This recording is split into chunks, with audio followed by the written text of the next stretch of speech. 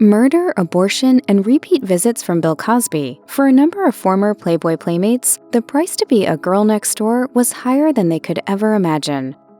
The Playboy Mansion has seen its fair share of scandals, but no scandal was as tragic as the death of Dorothy Stratton. The Playmate was at the height of her career at 20 years old when she was killed by her estranged husband, Paul Snider. She was the first Canadian to be named Playboy's Playmate of the Year, and she was gaining notoriety as an actor, landing roles in feature films like They All Laughed alongside Audrey Hepburn. But her fast track to fame incited a rage inside Snider, whose jealousy over his wife turned lethal. As Stratton's marriage unraveled, she began having an affair with her They All Laughed director, Peter Bogdanovich. However, the filmmaker maintains their tryst wasn't what motivated Snider to kill his wife and then himself. Bogdanovich told Vulture in 2019 he knew about that affair for a long time. He never did anything about it. The murder was caused because Hefner banned him from the mansion. In fact, the director claimed that Stratton's husband snapped after Hefner sexually assaulted her, a claim the Playboy mogul has long denied. In Teresa Carpenter's article, The Death of a Playmate, Hefner argued that he didn't contribute to Stratton's end whatsoever, saying, "A very sick guy saw his meal ticket and his connection to power, whatever, slipping away, and it was that made him kill her."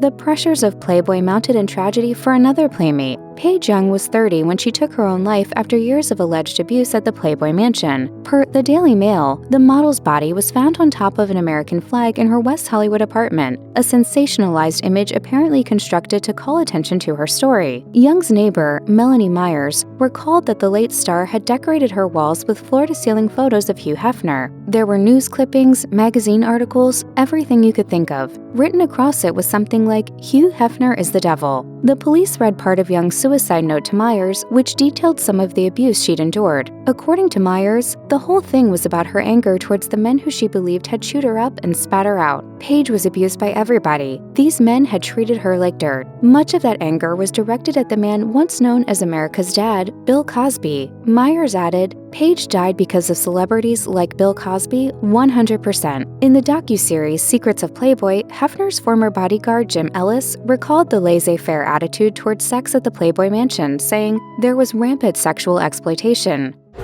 Bill Cosby was up there 3 to 4 times a week. He wasn't there to eat lunch." Tragically, Young's shocking suicide went largely underreported.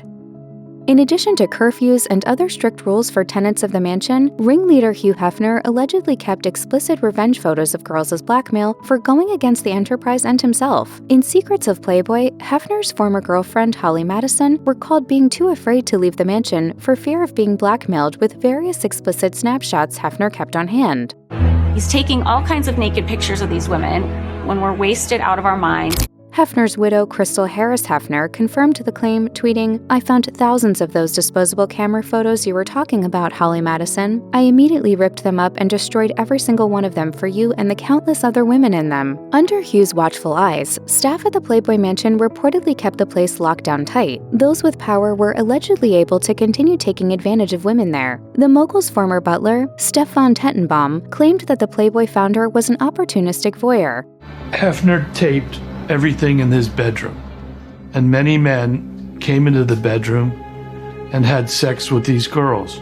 These alleged recordings were reportedly non-consensual, giving Hefner clout over some very powerful and influential people. For Hugh Hefner's former girlfriend, Carissa Shannon, raising a child wasn't part of the souped-up life living as his arm candy. In Secrets of Playboy, Carissa and her twin sister, Christina Shannon, recalled the mogul's aversion to practicing safe sex. The problem is Hef doesn't like to use protection.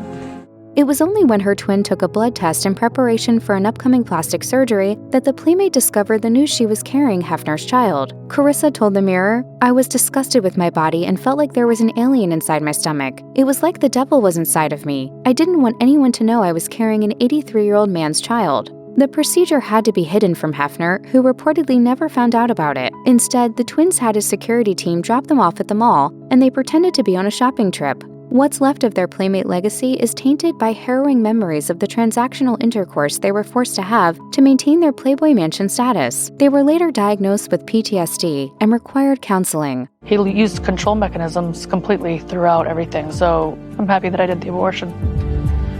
Hugh Hefner may have been a ladies' man, but the love of his life was allegedly not a lady. It was the Playboy Mansion's in-house physician, Dr. Mark Saganor. The claim came from the doc's daughter, Jennifer Saganor, who told Secrets of Playboy that the two shared a powerful bond that eventually became sexual. Hefner's ex-girlfriend, Sandra Theodore, also backed the claims in the A&E series. They became more than best friends.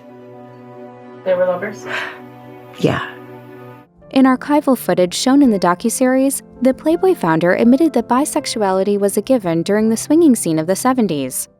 When you're involved in the swing period and the orgy period of the 70s, that there was more than a little bisexuality.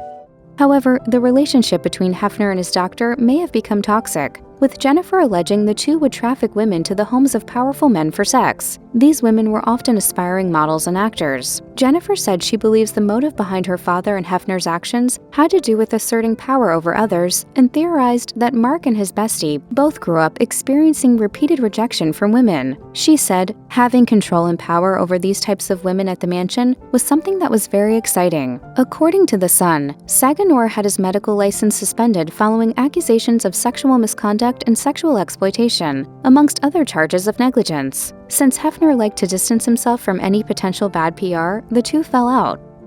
Hugh Hefner died in September 2017, barely dodging the firestorm of the Me Too movement that dominated the media following the takedown of Harvey Weinstein and many other celebrities. Although he managed to avoid a great deal of damning scrutiny while he was alive, women from his past continue to speak out with allegations regarding the silk-clad Playboy founder. In Secrets of Playboy, Audrey Husky, an aspiring playmate in the early 90s, alleged that Hefner had sexually assaulted her in 1994 when his then-wife Kimberly Conrad was out of town. She had been invited to the mansion to shoot test photos for Playboy magazine. When Hefner invited her up to his room to go over photos, she was initially uncomfortable with doing so. However, she relented. I had no thoughts in my mind that anything would happen. After Hefner lit a joint in the bed next to her, Husky recalled being unable to move as he pulled down his pants and proceeded to assault her. I didn't say anything. I didn't give him permission. What was I going to do? If I said no, would he have stopped? I don't know. The former model claimed that following the incident, she was so traumatized that she canceled a follow-up photo shoot. Her modeling contract was then terminated. Husky remained silent about the alleged assault, admitting, "He didn't care about me or what happened to me, and I was protecting him." That was it. I was thrown away, and I shut my mouth. Bill Cosby has faced dozens of allegations against him surrounding abuse and sexual assault, and his misconduct is a bunny trail that leads right back to the Playboy Mansion. In 2018, the disgraced star was sentenced to 3 to 10 years in prison on a sexual assault charge, before being released 3 years later. In 2022, he was found guilty of having sexually abused Judy Huff in 1975, when the Californian native was just 16 years old, per Variety. The civil lawsuit accused Cosby of having lured the teenager and her friend over to the Playboy Mansion with him after meeting the pair in a park. Huff alleged that the comedian forced her to perform sex acts on him without her consent. While no punitive damages were found, the jury decided that $500,000 should be awarded to Huff in compensatory damages. According to Variety, this was the first case to go to trial under the Child Victims Act, which allows survivors to come forward and seek justice regardless of age. Per World Republic News, former actor Shalon Lasha, who previously testified against the comedian in the Pennsylvania trial, was in attendance outside the courthouse. She said, "He's a boogeyman. He's a sexual predator. He's a deviant. He's horrible. It's one more victory. I came here to stand with Judy. I'm proud of Judy. I'm glad for the outcome." Cosby has consistently denied any claims against him and insists he is innocent. If you or anyone you know has been a victim of sexual assault, help is available. Visit the Rape, Abuse, and Incest National Network website or contact RAIN's National Helpline at 1-800-656-HOPE 4673.